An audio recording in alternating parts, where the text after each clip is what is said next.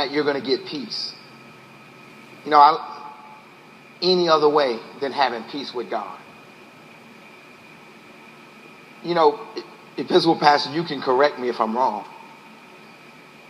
But there's a big difference between when your generation, your father's generation, said no justice, no peace, and when we say it. Because they had peace with God. And because they had peace with God, they were seeking peace with man.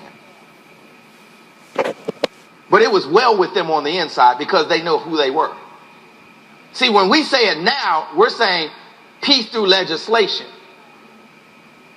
is going to give me peace. Let me tell you something. If everybody that you think is guilty gets sentenced to whatever you think they ought to be sentenced to, you won't have any more peace.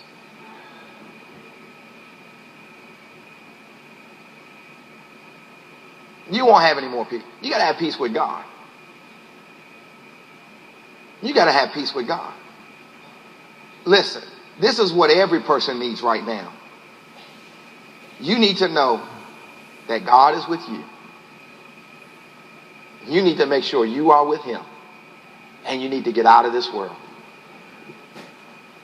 That's the key. That's the key. How do you know today there's not somebody on your job that you wrote up that's not armed?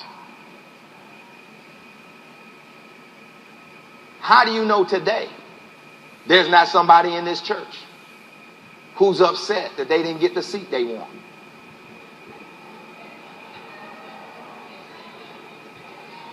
How do you know today there's not somebody who's upset because their spouse is here and they're not here?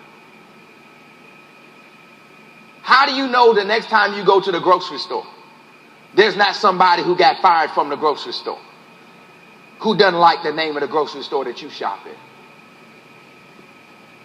That's all it takes. So what you need, see, because you can't isolate yourself from hatred. So what you need is peace on the inside.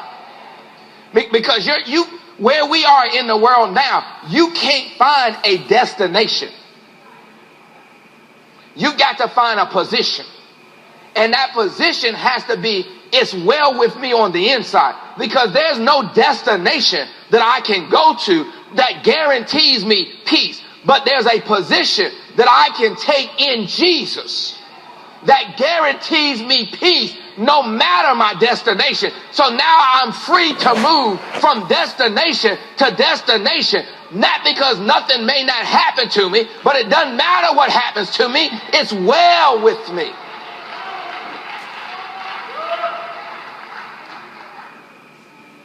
Listen, when I have peace with God, I have peace. See, that's why Jesus was going to a cross. Jesus was about to be falsely accused. Jesus was about to have his back pulled off by a whip and nails placed in his hand.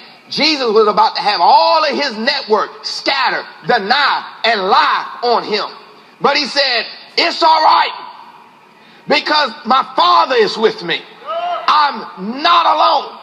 And you got to get to a place, listen to me, church, you got to get to a place where it's all right with you.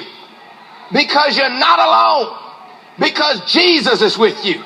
You don't know what's going to happen the next time you go to the doctor. But it's going to have to be well with you. And you're going to have to accept that I'm not alone.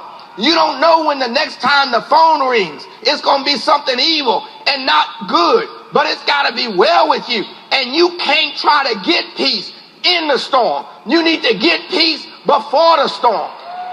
That's why Jesus had me preach this 3 weeks ago. While you were thinking that everything was hunky-dory and going great, he was saying, you better get this on the inside.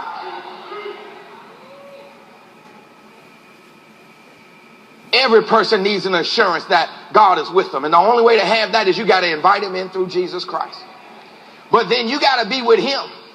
You got to be right with him. You got to be in his will. And you got to get out of depending on this world so you can have some peace. Listen, we learned that a more excellent peace is when I have peace on the inside, that comforter.